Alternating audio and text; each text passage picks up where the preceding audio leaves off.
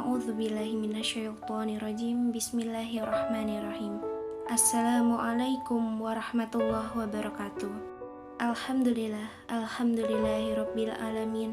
Assalatu wassalamu ala asrofil anbiya'i wal mursalin wa ala alihi washabbihi ajmain. Amma ba'du.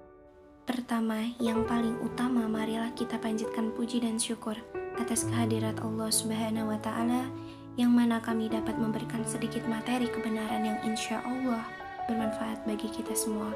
Amin, amin ya rabbal alamin. Pada tema kali ini kita akan membahas tentang pergaulan bebas.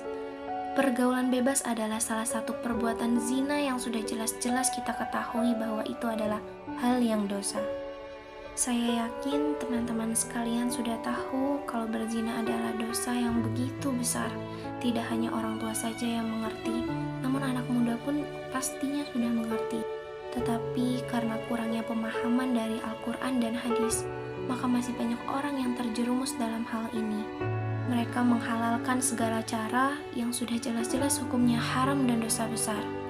Seperti Quran Surat Al-Isra ayat 32. Wala taqrabu zina, dan janganlah kamu mendekati zina. Innahu kana fahisyah. Zina itu sungguh perbuatan keji. Wasa asabila, dan suatu jalan yang buruk. Dalam surat ini pun sudah dijelaskan dan ditegaskan bahwa mendekati zina pun sudah salah, dan itu adalah salah satu perbuatan yang keji dan jalan yang buruk. Tetapi masih banyak orang yang menghalalkan segala cara, padahal jelas-jelas itu sudah haram hukumnya dan dosa besar. Ada hadis yang mengatakan bahwa sesungguhnya di antara tanda-tanda kiamat yaitu diangkatnya ilmu dan kebodohan nampak jelas, dan banyaknya yang minum khamar dan banyak orang berzina secara terang-terangan. Pertanyaannya, apakah di zaman ini orang yang melakukan perzinahan dianggap biasa? Iya, menjadi hal yang biasa. Bahkan jika seorang pria atau wanita yang belum mahram bersentuhan, itu dianalogikan lebih baik kepala ini ditusuk jarum yang panas daripada bersentuhan dengan wanita yang bukan mahramnya. Nauzubillah min dzalik. Semakin majunya zaman menjadi hal yang biasa. Kita bisa melihat bahwa anak-anak remaja mereka sudah tidak segan-segan untuk berpegangan tangan, melakukan hal yang di luar batas anak-anak. Perlu kita ketahui ada dua jenis macam perbuatan zina. Yang pertama yaitu zina muhsan, yaitu zina yang sudah pernah menikah, namun ia melakukan perzinahan dalam hubungan perselingkuhan. Dan bisa juga ketika seseorang sudah bercerai namun melakukan hubungan seks tanpa adanya ikatan pernikahan.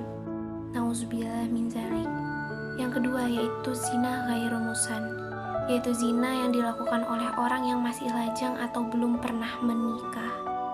Dan ini pun berbeda hukumannya dari masing-masing jenis perbuatan zina yang ia lakukan. Bisa kita lihat pada Quran Surat An-Nur ayat 2, yang artinya pezina perempuan dan pezina laki-laki deralah masing-masing dari keduanya 100 kali, dan janganlah rasa belas kasihan kepada keduanya, mencegah kamu untuk menjalankan agama hukum Allah jika kamu beriman kepada Allah dan hari kemudian, dan hendaklah pelaksanaan hukum mereka disaksikan sebagian orang yang beriman. Jika kita memahami masing-masing ayat, memperdalam ilmu Islam, insya Allah kita akan terhindar dari hal-hal yang buruk dan keji. Amin, amin ya rabbal alamin. Teman-teman semua yang diberkahi oleh Allah Subhanahu wa Ta'ala, sudah jelas larangannya, sudah jelas hukumannya, dan masih banyak sekali yang menganggap sepele, bahkan hukuman itu dilakukan secara terang-terangan. Bukan bermaksud untuk mempermalukan, tetapi dengan harapan dapat bertaubat dan diterima oleh Allah Subhanahu wa Ta'ala. Oleh sebab itu, pada pembahasan ini bertujuan agar kita semua dijauhkan dari dunia pergaulan bebas yang akan merugikan diri kita dan orang lain. Perlu adanya bimbingan dan juga pengawasan orang tua kepada anak-anak secara ketat setiap harinya. Terima kasih. Kepada Allah saya mohon ampun. Semoga materi yang kami berikan ini dapat mendapatkan keberkahan bagi kita semua. Amin, amin ya rabbal alamin. Sadaqallahul azim. Wabillahi taufiq walhidayah. Wassalamualaikum warahmatullahi wabarakatuh.